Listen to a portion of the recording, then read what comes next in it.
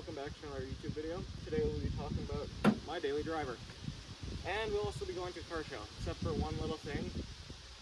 That car show was about a week ago, so this is actually being recorded after. So there's not much I'm going to talk about while I'm at the car show. I just have videos of the cars there, and I recorded a few different things.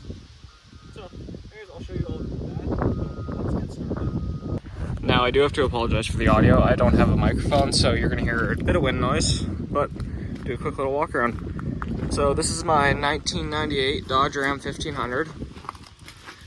As you can tell, it's a little rusty. It's a Saskatchewan truck. I bought this off of a farmer that was about an hour and a half away from me. It was stock. The AC didn't work. On the test drive, it died. It's the only time it's ever actually done that, but it did die. And, well, what else was there? Oh, well, I guess I can show this. Sorry, the bed's going to be really dirty. It usually is. See this plywood? Oh. There's the reason for that, if you can see it. There it is. This used to have a fifth wheel in it. Somebody cut it out the box, threw a fifth wheel hitch into it. And I don't have a piece of sheet metal to weld in, so they just also threw over some plywood. Now, I want to talk about the first thing I did to this truck, and that was maintenance. These trucks are known to be extremely reliable, but slow and underpowered. So, no, that I'll talk about that in a minute. But first off, I went with new alternator. It doesn't look new, it's completely dirty. I went mudding a couple weeks ago. Spark plugs, oil change, topped off fluids. Don't really know what else I did for maintenance. There wasn't that much. I did, okay, now I guess I'll talk about this. That filter is from Amazon. It was $100. As you can tell, they welded the fucking mount on wrong. So I have to either rebend this or just leave it. Right now I'm just leaving it because it's not really affecting it. It shakes a little bit, but that's it. I had to buy this because nobody was selling a factory air cleaner and mine was cracked. So as you can tell from how dirty this truck is, I can't have a cracked air cleaner. That would have been pretty bad. Now, after I did maintenance on this truck, I went along and bought a Rough Country 5-inch lift, as you can tell. It wasn't hard to install, I'd say. It wasn't super easy because all the rust, but it's just got blocks in the rear. When I put in those U-bolts, thread stripped because there's paint all over them, so I had to rethread the U-bolts. That took me an hour. And it was hot out that day, so I spent an hour with my shirt off in the garage sweating. It felt disgusting. Then I bought these headlights from eBay. I have not wired in this strip yet because I haven't actually figured out which wire leads from these into the cab, so when I turn on my dash lights, they would turn on. Because I want these to be on when my fog lights are on. I think that'd look cool. I don't want them on, though, when my headlights are on. Well, I guess it wouldn't really affect it, but I don't want them to not turn on till my headlights are on because that would look bad. And there's no point in having the strips because you can't really tell they're there. Now, while installing these headlights, I had a little issue. I was trying to put the bulb in because I also got LED bulbs. And for some reason, it was too tight and I had to force them in. I spent a half hour struggling to get the bulb into this headlight. The driver's side one went in fine, but this one was not working with me. And out of a little bit of anger, did that. And there's a pretty big dent here.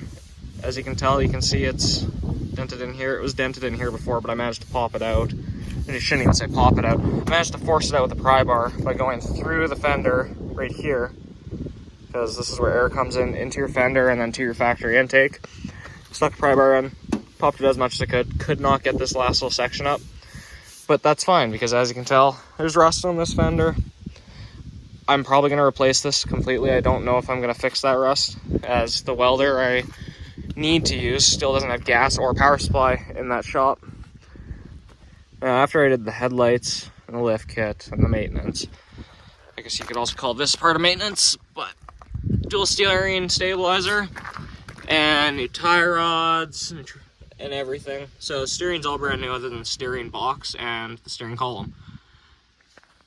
I also went ahead and decided to change out the diff fluids. I guess that's part of maintenance, but I had a turbo can left over, and as you can tell, I just kind of spray bombed the back of it, and so far it's holding up. I didn't prep that at all, and it's been on there for a month now.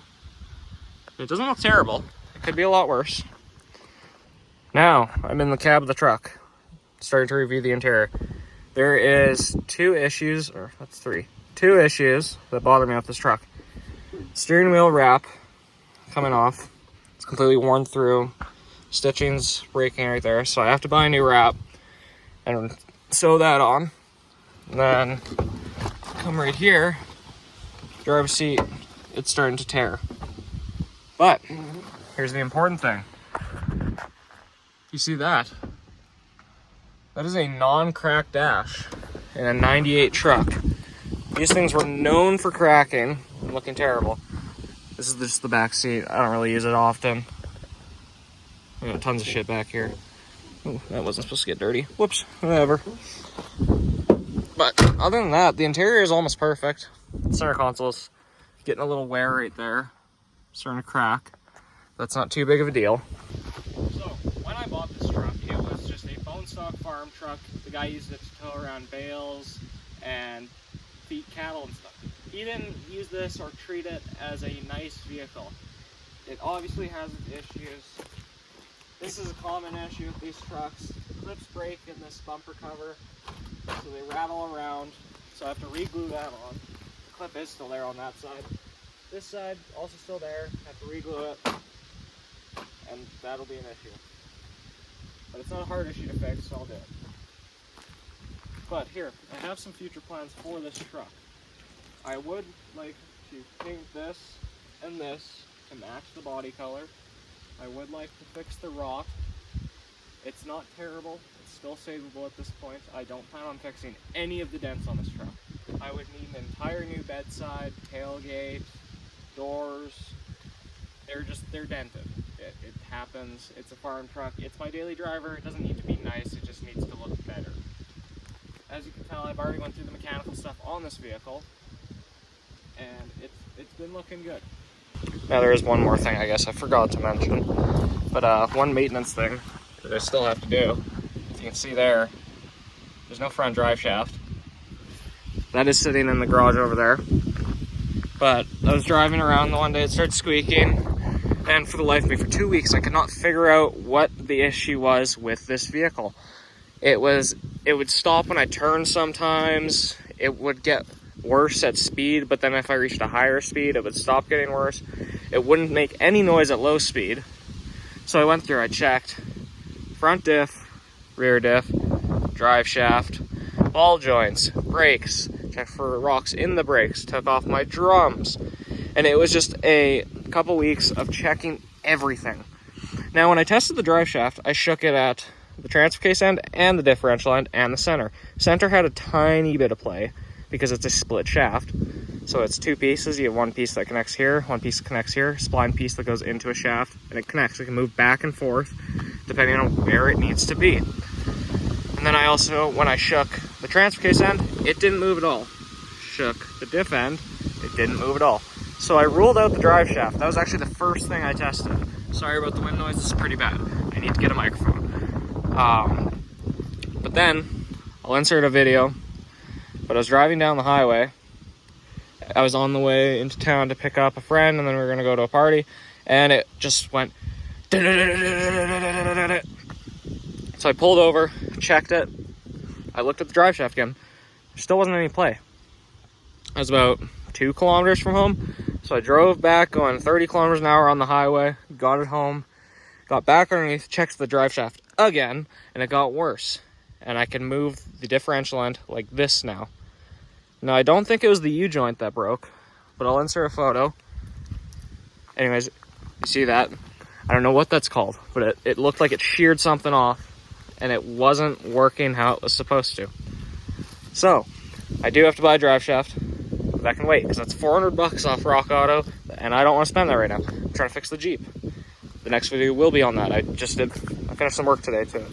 As you can tell, a tiny bit dirty. My right hand's covered in a lot more paint than the left. But now I'm gonna drive this into town. I'm going to another car show tonight, so I might record some footage. Probably won't though. I guarantee you it would be a lot smaller than the last one was. Now, the footage you're going to see from the car show I brought this truck to, well, let's just say there was over 400 vehicles in attendance. I live in a city with about 16,000 people. Our car club is a lot smaller. Like, we usually have maybe 50 vehicles every Tuesday that we have them. And when I when I went and entered into the car show, you drive through the service road up into the casino parking lot, because I hosted at the casino. The guy there was like, "Are you entering this truck into the car show?" I was like, yes I am. Because ahead of me there was so many nice vehicles. You'll see all of them. When I walked through the car show, I recorded almost every lane. Actually, I missed like 3 lanes. But every one that I did record, as you can tell, they're just worth way more than this truck. When the guy looked at this thing, he probably thought, "Oh, well, that's just a shitty farm truck."